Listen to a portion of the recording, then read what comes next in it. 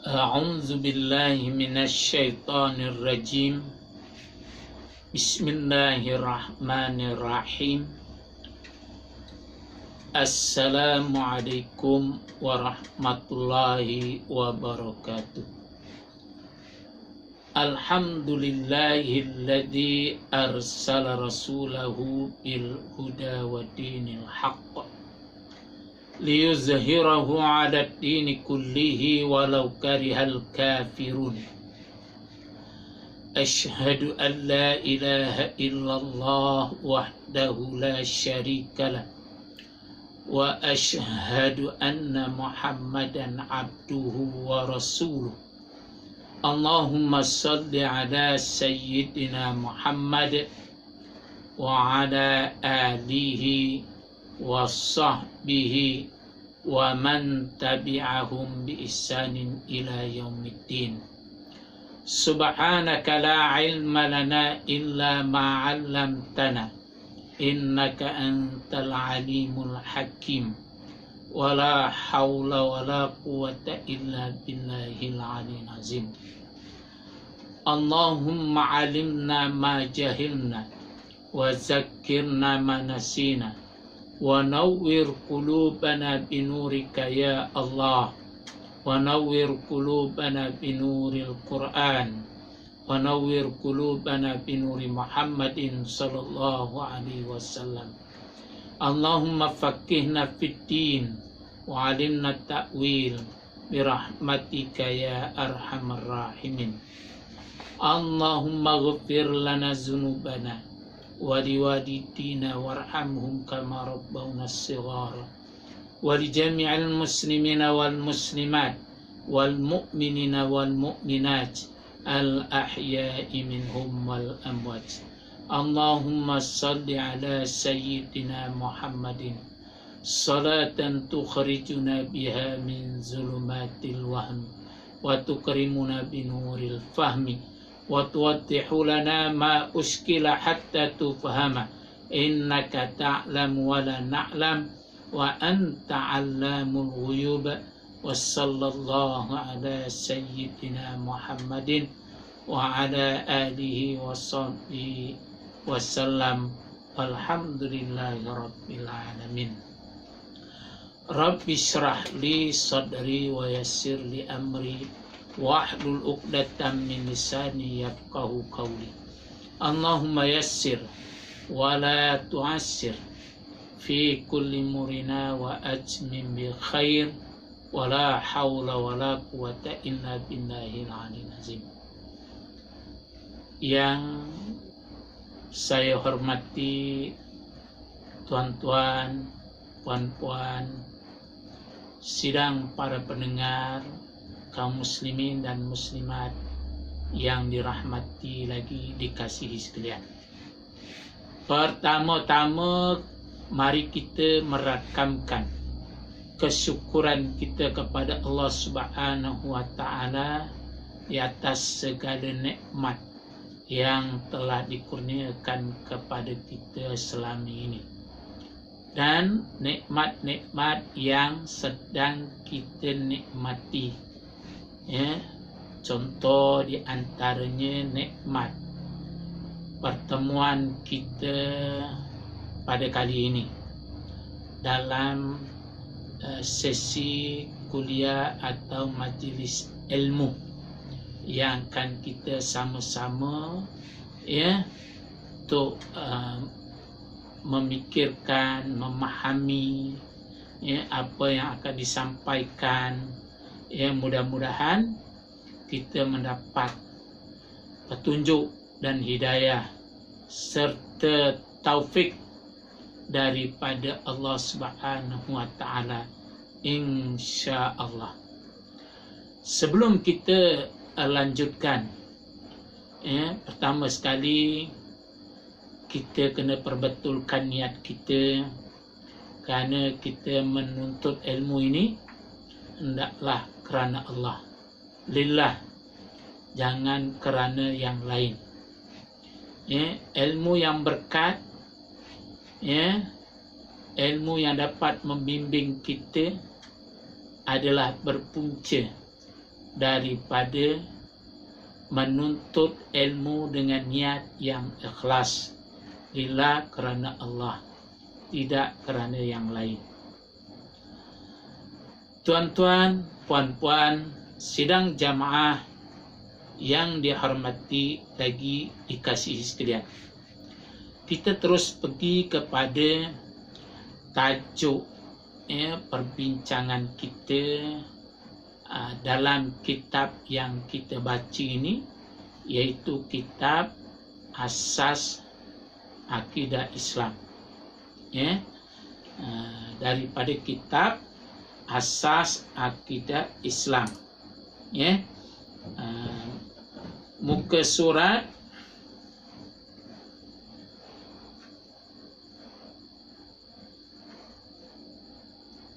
muka surat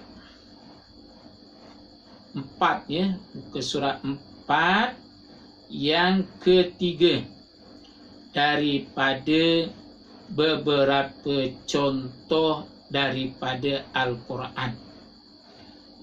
Maksudnya contoh-contoh daripada Al-Quran ini sebenarnya adalah contoh-contoh dalil, contoh-contoh dalil yang menjadi sumber pengambilan ilmu tauhid. Jadi di antara contoh-contoh daripada Al-Quran ini, yang pertama, yang kedua telah pun kita bincangkan dan kita baca pada sesi kuliah kita yang lepas.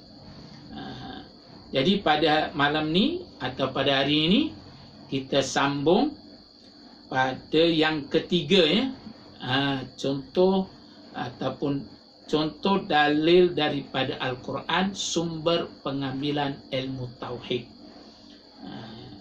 Yang ketiga, firman Allah Ta'ala, ayat yang pertama hingga ayat yang keempat daripada suratul Ikhlas.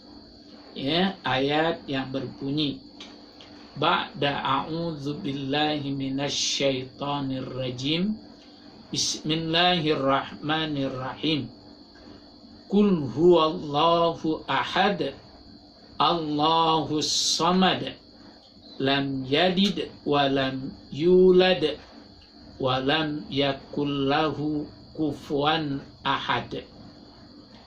Yang bermaksud, katakanlah wahai Muhammad,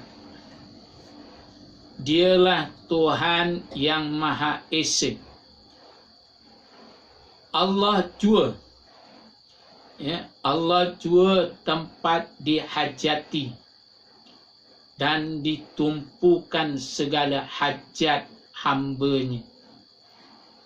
Ia tiada beranak dan tiada diperanakkan, malah tidak ada baginya setanding oleh sesuatu apapun. Tuan-tuan, puan-puan yang dihormati dan dikasihi sekalian,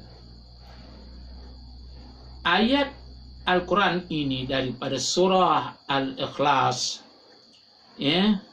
sebagai sumber pengambilan ilmu tauhid, atau dipanggil ilmu akidah, atau dipanggil ilmu aqaid, atau dipanggil ilmu usuluddin, atau dipanggil ilmu ma'rifah. Jadi ayat-ayat ini nak menjelaskan tentang Tuhan yang berhak disembah. Siapakah Tuhan yang berhak disembah itu?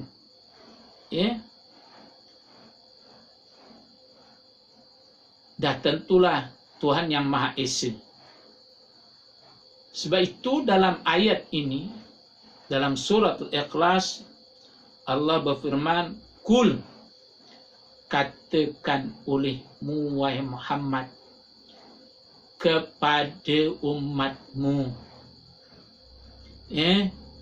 apa yang Allah suruh katakan kepada umat Nabi Muhammad itu, iaitu Allah berfirman, katakan kepada umatmu, huwallahu ahad.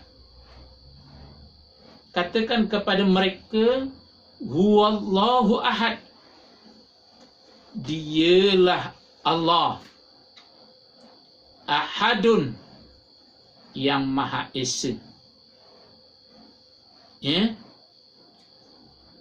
Jelas di sini nak menunjukkan bahawa katakan olehmu, huwallah, dialah Allah. Allah itu adalah Tuhan. Tuhan yang berhak disembah. Dan Tuhan itu bersifat esa, ahad, yang esa. Jadi yang kita nak kena sembah, Tuhan yang kita nak kena sembah ialah Allah. Allah yang mana? Yang esa. Tuhan yang esa iaitu Allah. Tidak ada sekutu bagi dia. Tidak ada rakan kongsi bagi dia. Itulah dia Tuhan kamu. Siapa Tuhanmu? Allah. Allah yang mana? Ahad, yang esa. Saya rasa ayat ni cukup jelas. Jangan cari Tuhan yang lain daripada Allah.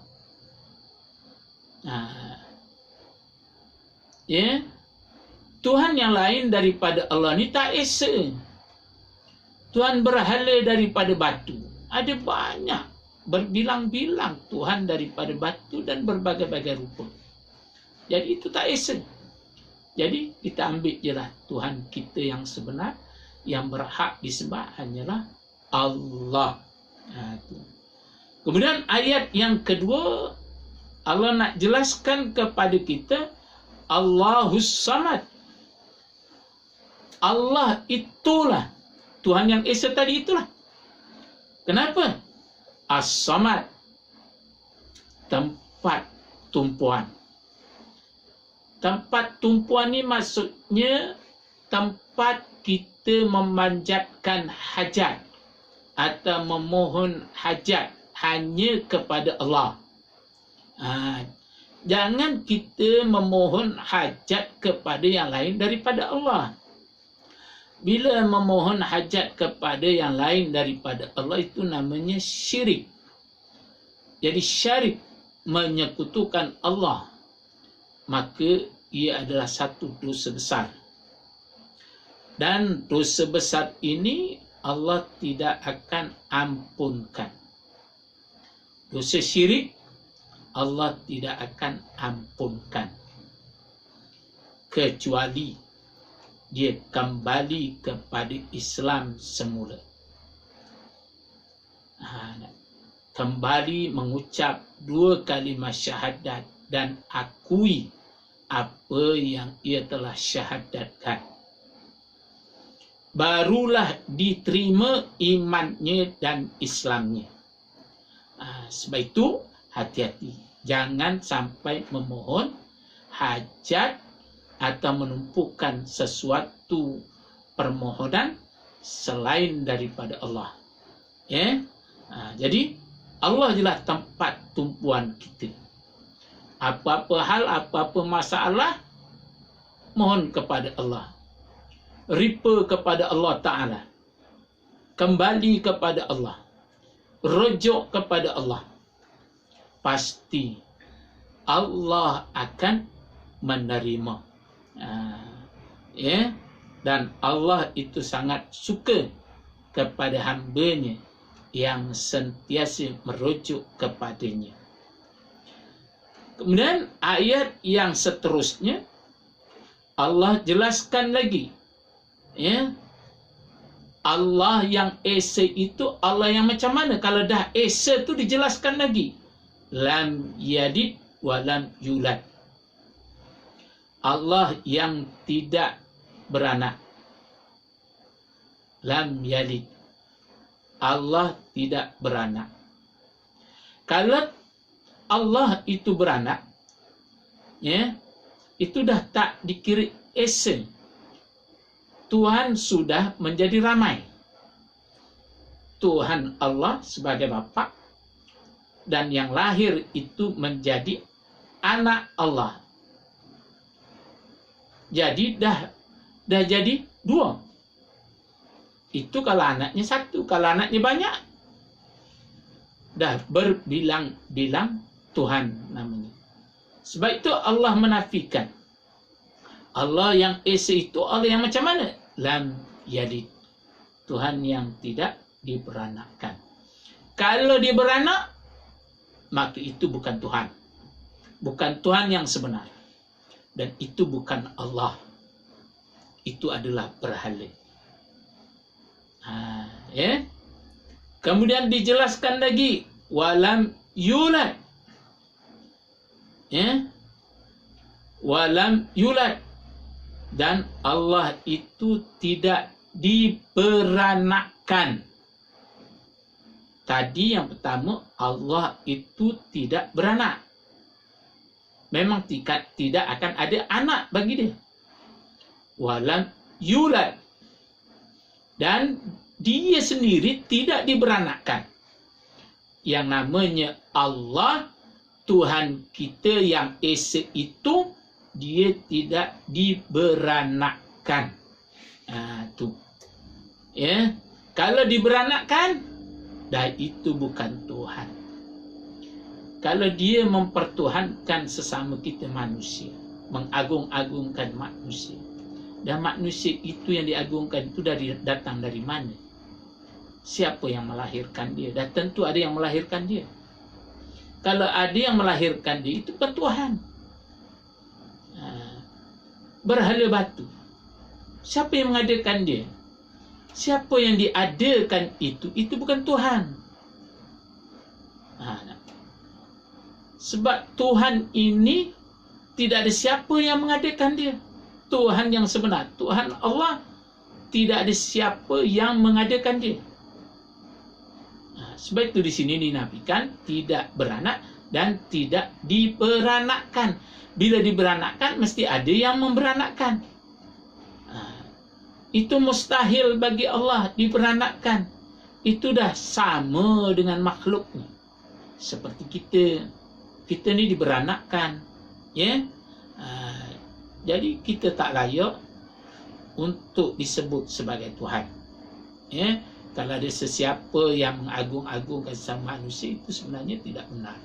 Ya, itu dah berlaku syirik. Dan ayat yang terakhir, yang keempat, ya, Allah Ta'ala jelaskan Allah yang esa itu Allah yang macam mana? Walam yakun lahu kufuwan ahad. Tidak ada baginya. Bagi siapa? Bagi Allah. Kufuwan ahad, yang setanding, yes, dengan sesuatu pun. Maknanya tidak ada sesuatu pun yang setanding dengan Allah.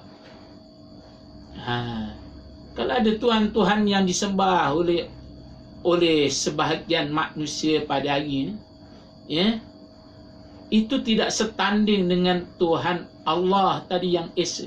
Tak setanding. Tuhan boleh mencipta langit dan bumi. Allah boleh mencipta langit dan bumi dan mencipta kita. Ada pemberhala, dia tak boleh cipta sesuatu pun. Malah dia sendiri dicipta. Kemudian dia tidak ada kuasa apa-apa pun. Malah dia diam diri dan tidak berkata apa-apa pun. Dia tidak boleh memberi, menolak dan sebagainya. Jadi itu Tuhan berhala, maka tidak layak sama sekali untuk disembah, ya, untuk dijadikan Tuhan kepadanya. Ini ayat ini adalah ayat yang menyentuh tentang soal akidah, soal kepercayaan, soal keimanan kita terhadap kewujudan Allah Subhanahu wa taala. Jadi itulah di antara ayat-ayat Al-Quran yang menjadi dalil sumber pengambilan ilmu tauhid. Kemudian di sana ada beberapa contoh daripada hadis. Maksudnya dalil-dalil daripada hadis yang menjadi sumber pengambilan ilmu tauhid. Yang pertama, An Abi Umar Sufyan bin Abdullah radhiyallahu anhu qala qultu ya Rasulullah kulli fil Islam qawlan la as'alu anhu ahadan ghairak. Qala kul amantu billah thumma istaqim. Yang bermaksud diriwayatkan daripada Abi Umar Sufyan bin Abdullah radhiyallahu an, ia berkata, aku bertanya, wahai Rasulullah, katakanlah kepada hamba satu kenyataan dalam Islam yang tidak perlu lagi hamba bertanya kepada orang lain. Jawab baginda, katakanlah, aku beriman dengan Allah, kemudian tetapkan di atas keadaan demikian. Ini hadis yang menyentuh tentang ilmu akidah tadi, yang bahaskan tentang Tuhan, ya, Tuhan yang sebenar. Jadi dalam hadis ini Nabi sebut, ya, hadis ini daripada Abi Umar. Siapa Abi Umar? Ya, Abi Umar. Umar itu ialah bapa. Ya, Abi Umar, bapa Umar. An Abi Umar maknanya daripada bapa Umar. Siapa bapa Umar? Bapa Umar namanya ialah Sufyan bin Abdullah radhiyallahu an. Mudah-mudahan Allah Ta'ala redha daripada dia. Ya. Jadi Abi Umar itu ialah anak, ya, anak Abi Umar tu siapa? Abi Umar Sufyan. Jadi Umar itu anak kepada Sufyan. Sufyan itulah bapa Umar. Ya. Jadi orang Arab dia tak panggil nama sebenar dia. Anak. Ya. Dia sebut Abi Umar. Siapa Abi Umar? Sufyan. Ya. Jadi Umar tu siapa? Sufyan tu siapa? Sufyan itulah bapa Umar. Ya. Radhiyallahu an. Mudah-mudahan Allah Ta'ala redha daripada keduanya lah. Ya. Daripada Umar dan juga Sufyan bin Abdullah tadi. Dia, ya, yakni Abi Umar berkata kepada Rasulullah,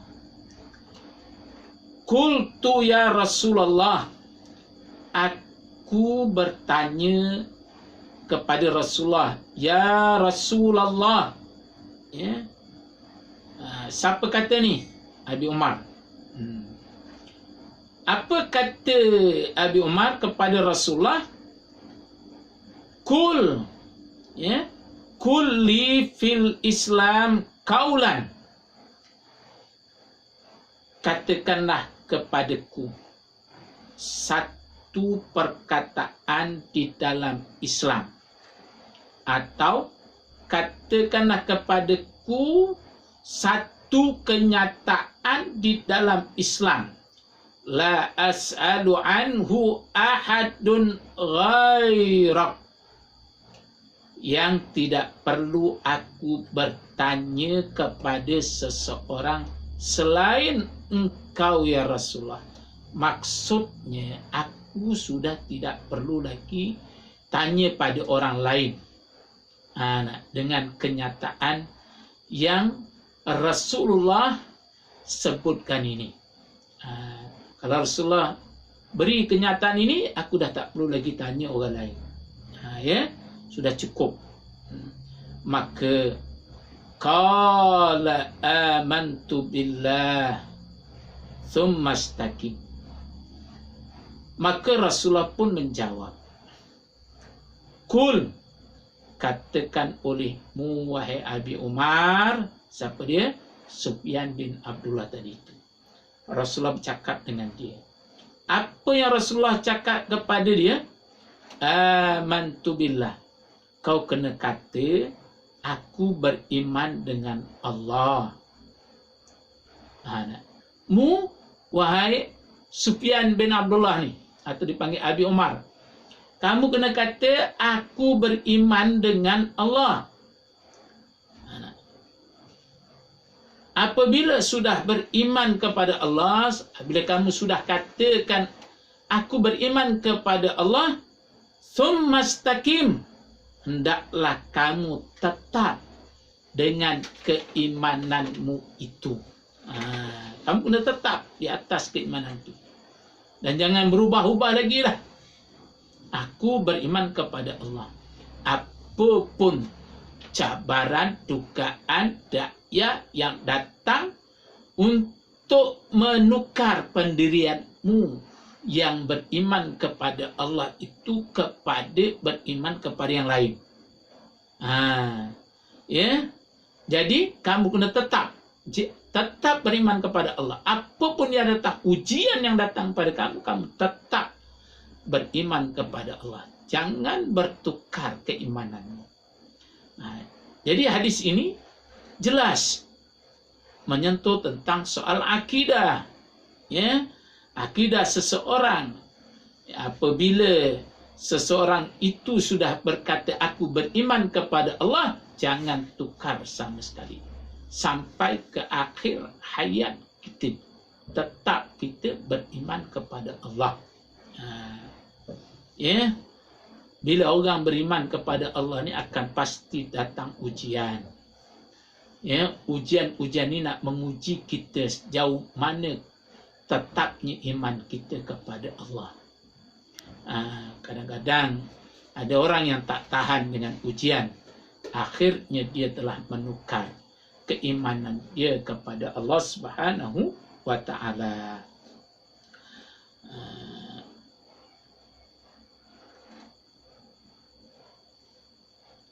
Dan hadis yang terakhir, ya.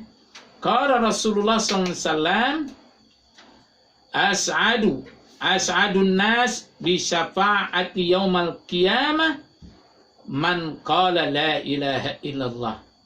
Yang bermaksud, manusia yang paling bahagia yang beroleh syafaatku pada hari kiamat nanti ialah orang yang berkata la ilaha illallah.